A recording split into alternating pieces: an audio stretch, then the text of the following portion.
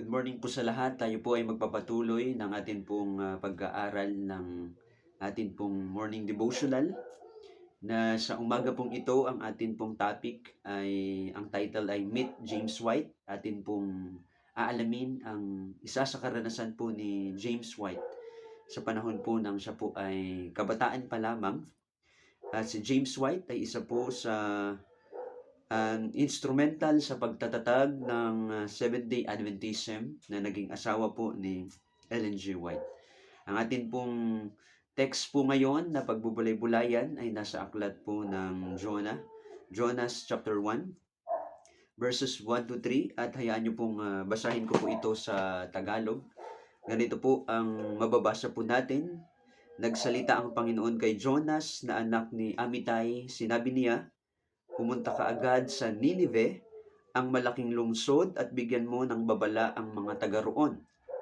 Dahil umabot na sa aking kaalaman ang kanilang kasamaan."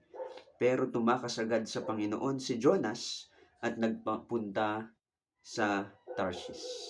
Pakikita po natin dito sa karanasan po ni Jonas na siya po ay isang propetang inutusan ng ating Panginoon upang magpadala ng mensahe doon sa mga taga Ninive na ayon sa ating Panginoon ay ang kanilang kasamaan ay napakatindi na umabot na sa pansin ng ating Panginoon.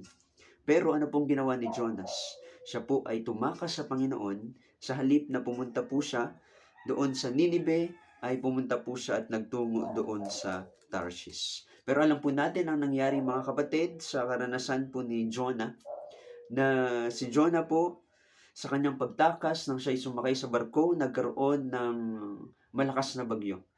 At si Jonas ay nagpatapon sa kanyang mga kasama. Sa pagtapon sa kanya sa karagatan, siya po ay kinain o nilunok ng isa pong malaking isda, na siya po'y nagstay doon ng 3 days. Siya po'y nagbulay-bulay, nanalangin siya hanggang siya po ay niluwa ng malaking isdang iyon. At siya po muli ay, ang sabi po dito sa chapter 3 sa chapter 3, sabi dito, muling nagsalita ang Panginoon kay Jonas sa verse 1, at sa verse 2, sinabi niya, "Pumunta ka agad sa Ninive, ang malaking lungsod, at sabihin mo sa mga taga roon ang pinapasabi ko sa iyo." Kaya sa pangalawang pagkakataong ito, si Jonas ay tumugon na sa panawagan ng ating Panginoon. Sabi dito sa verse 4, pumasok si Jonas sa Ninive. Pagkatapos ng maghapong paglalakad, sinabi niya sa mga taga roon, ito po yung mensaheng daladala niya, "May 40 araw na lamang ang natitira at wawasakin na ang Ninive." Ito yung kanyang daladalang mensahe, sapagkat sabi nga ng Panginoon na matindi na po ang kasamaan doon po sa kanilang lugar. Kaya ibinigay na po sa pamamagitan po ng mensahe ng ating Panginoon, sa pamamagitan ni Jonas, ang mensahe ng kanila pong punishment, na 40 days na lang po ang natitira at sila na po ay wawasakin ng ating Panginoon. Pero makita po natin dito nang marinig po ng mga taga Ninive yung mensahe na daladala po ni Jonas, sila po ay nagsisi sa kanila pong ginawa. Ang sabi sa verse 10, chapter 3 ng Jonas, nakita ng Diyos ang kanilang ginawa, kung paano nila tinalikuran ang kanilang masasamang pamumuhay, kaya nagbago ang kanyang isip at hindi na niya nilipol ang mga taga Ninive gaya ng kanyang sinabi noon. So nagsisi ang mga taga Ninive. Ang mga taga Ninive ay nakita nila ang kanilang kasamaan. Naghingi sila ng tawad sa ating Panginoong Diyos. Nakita ng Diyos na tinalikuran nila ang kanilang masasamang gawa. At dahil doon, binago ng ating Panginoon ang kanilang pag-iisip, hindi tinuloy ng ating Panginoon ang punishment sa kanila na sila po ay wasakin pagkalipas po ng 40 days. Kaya nasabi po dito sa chapter 4 naman ng verse 1, sumama ang loob ni Jonas dahil sa pagpapatawad ng Panginoon sa Ninive, at galit na galit siya. Sinabi niya sa Panginoon nang siya ay manalangin, "O Panginoon, talagang hindi ako nagkamali nang sabihin ko noong naroon ako sa aming lugar na kakaawaan mo ang mga taga Ninive kung magsisisi sila. Dahil alam ko na mahabagin kang Diyos at mapagmalasakit mapagmahal ka at hindi madaling magalit, at handa kang magbago ng isip na hindi na magpapadala ng parusa. Iyan ang dahilan kung bakit tumakas ako papuntang Tarshish. Yun pala ang dahilan ayon po kay Jonas. Alam po niya, ang ating Panginoong Diyos ay mahabagin, mapagpatawad. Pero alam po natin na hindi natin na makikita po dito na maganda ang ginawa ni Jonas. Pero ipinakita po dito ang isang ugali ni Jonas, na siya po ay tumanggi sa panawagan ng ating Panginoon sa una. Siya po ay sumunod, pero alam po natin na dahil po sa kwentong ito ay meron pa siyang sama ng loob at alinlangan, kasi nga po meron po siyang iniisip na ang Diyos ay hindi niya tutuparin ang kanyang mensahe na pinadala kay Jonas. Kasi ang concern ni Jonas ay ang kanyang sarili. Hindi niya ang concern ng Diyos. Kasi ang concern ng Diyos ay yung mga taong masasama doon po sa Ninibe.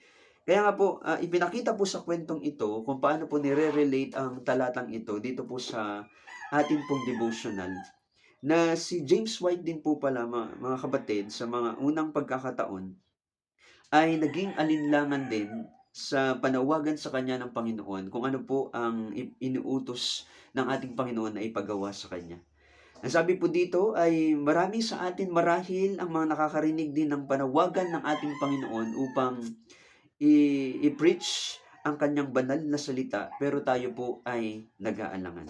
Kagaya din po ni James White na sabi po dito ay na si James White po ay ipinanganak po siya sa Palmyra, Maine noong August 4, 1821. Ang sabi po niya nung siya po ay nasa 5 taon na, sabi niya, I was baptized and united with the Christian Church. Pero at the age of 20, sabi niya, I had buried myself in the spirit of study and school teaching. So parang ibinaon niya ang kanyang sarili o inilibing na ang kanyang sarili sa espiritu ng pag-aaral at gayon din po sa pagtuturo. At kanya pong inilapag na ang kanya pong krus. Ang sabi niya rito, I had never descended to the common sin of profanity. Ang binanggit po niya rito mga kapatid, hindi naman po siya nagkaroon ng ilang mga malalalim na kasalanan. Hindi po siya gumagamit ng tabako, hindi siya naninigarilyo, hindi siya nagkakape, hindi siya nagtsatsaa. So, hindi po siya umiinom ng mga inuming mga bagay, mga nakalalasing. Pero sabi niya rito, yet I love this world more than I love Christ. Mahal niya ang mundong ito kaysa sa pag-ibig niya sa ating Panginoong Hesukristo. At ang sabi niya rito, kanyang pinupuri ang sinasamba ang edukasyon kaysa sa pagsamba sa Diyos ng kalangitan. At itong si James ay narinig po niya nang sa kanyang kabataan pa lamang ang mensahe ng Millerism o ang mensahe ni William Miller. Pero ang sabi niya rito, ang kanyang bansag niya rito ay isang wild fanaticism. Sa kanyang pagkagulat mga kapatid, ay nagulat po siya ng kanyang ina na kanyang pinagkakatiwalaan ay nagsasalita ng pabor doon po sa Advent doctrine na ipinapangaral po ni Miller o yung pagdating ng ating Panginoong Hesukristo. Hindi po siya handa mga kapatid sa impact ng mensaheng ito sa kanyang buhay.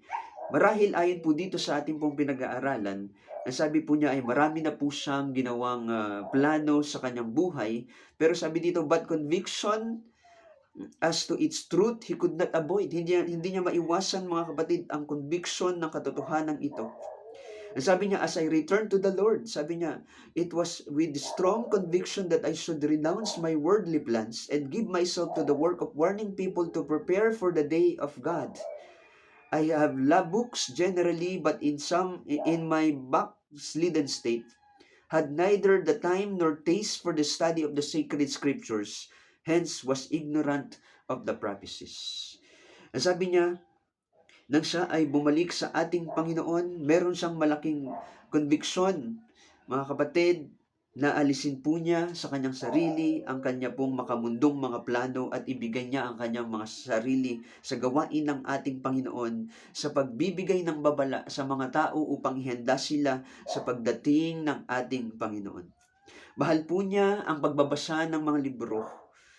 Pero sa kanyang mga kalagayang iyon, mga kapatid, ay hindi niya binibigyan ng panahon o wala po siyang hilig sa pagbabasa ng salita ng ating Panginoong Diyos, at dahil doon, ignorante po siya sa mga sinasabi ng propesiya. More specifically, si James White po, mga kapatid, ay na-impress. Nabisitahin ang kanyang mga estudyante na kanyang tinuturuan upang sabihin sa kanila ang mensaheng ito. Pero ang sabi niya, I prayed to be excused from that task. Yun yung panalangin niya, mga kapatid, na siya po ay excuse ng ating Panginoon sa task na iyon. Pero sabi niya rito, but no relief.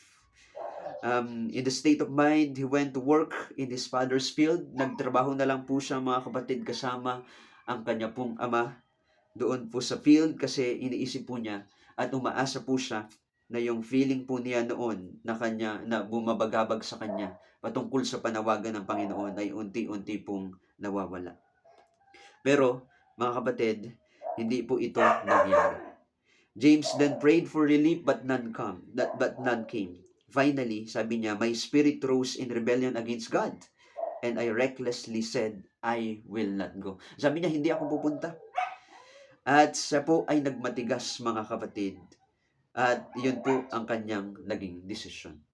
So dito po tinapos, mga kapatid, ang atin pong devotional. Alam po natin sa susunod na mga pagkakataon, marahil sa mga susunod pang araw sa atin pong lesson tungkol kay James White, ipapakita siguro ang kanya pong dedikasyon sa gawain ng ating Panginoon. Sabi nga po dito ay naging malaking instrument po siya sa pagtatatag ng Seventh-day Adventism. Gayunpaman, ang atin pong storya ngayon ay tumutukoy sa kanyang edad nung siya ay nasa 15 hanggang 20. Na isa rin po siya doon sa mga tao na sa una ay hindi handa na tanggapin ang mensahe ng ating Panginoon, o hindi siya handa na gawin ang inuutos sa kanya ng ating Panginoon. Marahil tayo rin po, mga kapatid, ay ganun din na may panawagan sa ating Panginoon, pero tayo po ay nagmatigas. Ayaw natin sundin ang kalooban ng ating Panginoon, gaya po ni James White sa kapanahonang ito at gaya po ni Jonah. Nang ako po ay nakakaramdam ng panawagan sa ating Panginoon na magpastor, sa maraming pagkakataon po ako po ay nag-alangan na hindi tanggapin ang panawagan ito. Nag-alangan po ako kasi ang iniisip ko, mga kapatid, ay ako po ay hindi karapat-dapat. Marami akong kahinaan, hindi ako bagay na sa ganitong gawain. Si James White ay marahil siyang ibang dahilan. Nakita natin si Jonah, ang dahilan niya, alam niya na ang panawagan ng Panginoon sa kanya ay against sa karakter ng ating Panginoong Diyos. Pero tayo po, mga kapatid, marahil tayo po ay may iba't ibang uri ng rason kung bakit hindi natin lubos na handang tanggapin ang panawagan ng ating Panginoon. Pero ang sabi po sa atin pong pag-aaral sa devotional, ang ating Panginoong Diyos ay hindi sumusuko at hindi sumusuko sa atin. Meron po siyang plano sa ating mga buhay, sa bawat isa sa atin. Ang tanong po rito ng atin pong devotional, what is His plan for you today? And more important, how will you relate to His will? Yan. Ano kaya ang plano ng ating Panginoong Diyos sa ating buhay ngayong araw o sa mga susunod pa? At paano po natin tatanggapin ang planong ito ng ating Panginoong Diyos sa ating buhay? Nawa matuto tayo sa kanilang karanasan na alam ng Panginoon ang pinakamabuti, at alam ng Panginoon bakit tayo ang pinili niya para sa panawagang iyon. At alam po natin na hindi lamang ito benefits para sa iba o benefits para sa ating Panginoong Diyos, kundi ito ay benefits din para sa atin. Sa tuwing tayo tinatawag ng ating Panginoong Diyos, bagamat mahal niya po ang mga taong gusto niya pong makarinig upang sila'y magkaroon din ng kaligtasan. Mahal niya rin tayo, mga kapatid, na sa tuwing tayo tumutugon sa panawagan ng ating Panginoon, tayo rin po ay napapalakas sa pananampalataya, tayo rin po ay naglalakbay sa lakbayin ng kaligtasan. Nawa, patuloy nating tanggapin ang kaligtasan ito sa araw-araw at itaas natin ang ating Panginoon. Marami pong salamat sa inyong pakikinig.